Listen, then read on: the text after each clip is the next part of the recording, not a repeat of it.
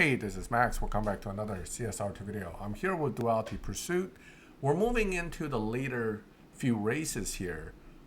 This is one of the speed traps that generally would be considered relatively easy, I guess, but it's starting to get towards the end, so I'm starting to see if any of these things get a lot tougher than before.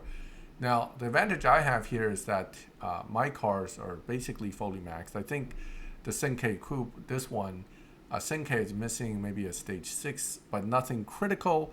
And the other car, I believe, is fully maxed. So kind of blitzing right through the event here without much of a problem. But understand that the Zonda fusions are not always easy to get. And if you're going to use the Purple Star cars, you also cannot leverage parts crates. So that's where, even if you have the Purple Star cars, because they share parts with the Gold Star versions, it's worth it, if you have the gold keys, of course, to pull the Gold Stars, use them to get parts, and then install them on your Purple Star because they share parts. Now, this doesn't happen all the time, and sometimes Gold Star versions of the cars do not share parts with Purple Stars for stage 6s. Now, fusions are all the same, but stage 6s, so you need to kind of be sure of that. You should check in your parts list to make sure that they do share, but if they do, that's where pulling the Gold Star version of the cars really could benefit you in building your Purple Stars. Now, that being said, while the Senke itself is a viable live racer, the Dragovoila, which is the Huayra BC, I think, it's not, that one's unfortunately not that useful. I mean, they can be down-tuned to beat Dyno, of course, but not really something I would use in live racing outside of the event. That being said, the prize car is looking really good, and there are probably videos already out there for it, but the prize car looks great when it comes to live racing. Of course, that will still require some serious testing before I can really say that it is great or it's not. Now, the problem for the prize car is that already in the game, we have a free Zonda that's just as good, and that is the Utopia. Many players who played during the time the Utopia was given out for free would have it in their garage, and that is probably right now the best Zonda live racer out there, and certainly a car worth looking at. Now, 8.8 on race 48 is pretty slow. I mean, you don't really need that much upgrade to get to 8.8. 7s, that's when it gets tough. Now, that's race 48. Let's take a look at 49.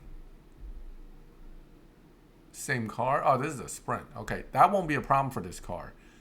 Even without full fusions and full parts, this car sprints really well. So, easy, low 1.2s right there, 1.3. I mean, this is a 1.6 challenge. That's not really that challenging for this car. It's pretty easy to get through the sprint. So, up to this point, nothing crazy yet. Let's go ahead and take a look at the final. Now, what I do know is these final relays nowadays are made to be fast enough to be challenging, not impossible, but challenging. In my case, it's saying it's easy, which is great.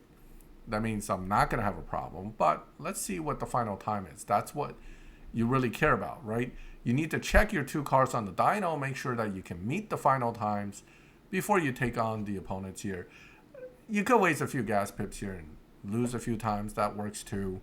But ultimately, variation on the time is not going to be there.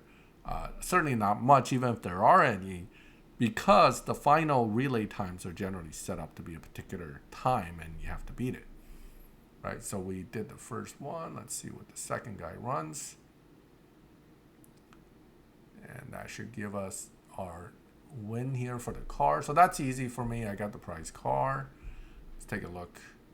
What is the final times? All right, 16.178. There might be some variance there. For example, two different cars might give you 16.2, 16.3, but generally low 16s is what you're looking for. That means each of your car, that of the two you have, must be running low 8s, or one running 7s. Wow, nice glitch. Yes, the prize was delivered right through the garage door. All right.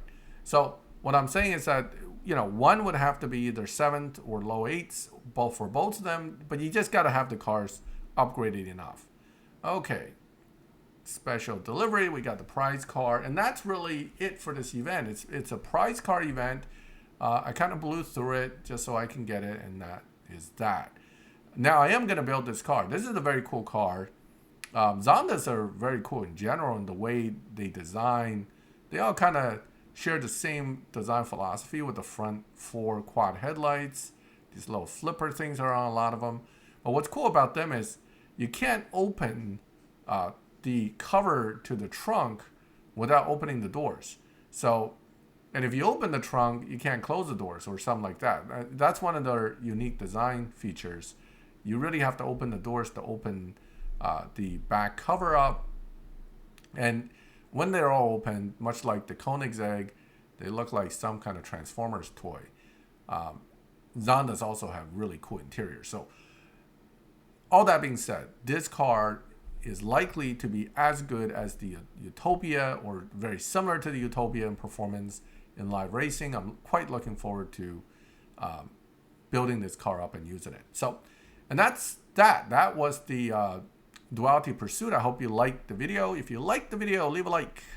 If you like my channel and like this kind of videos, subscribe, hit the bell, and you get notified when I put up new videos. And as always, thank you for watching my videos. I'll catch you next time.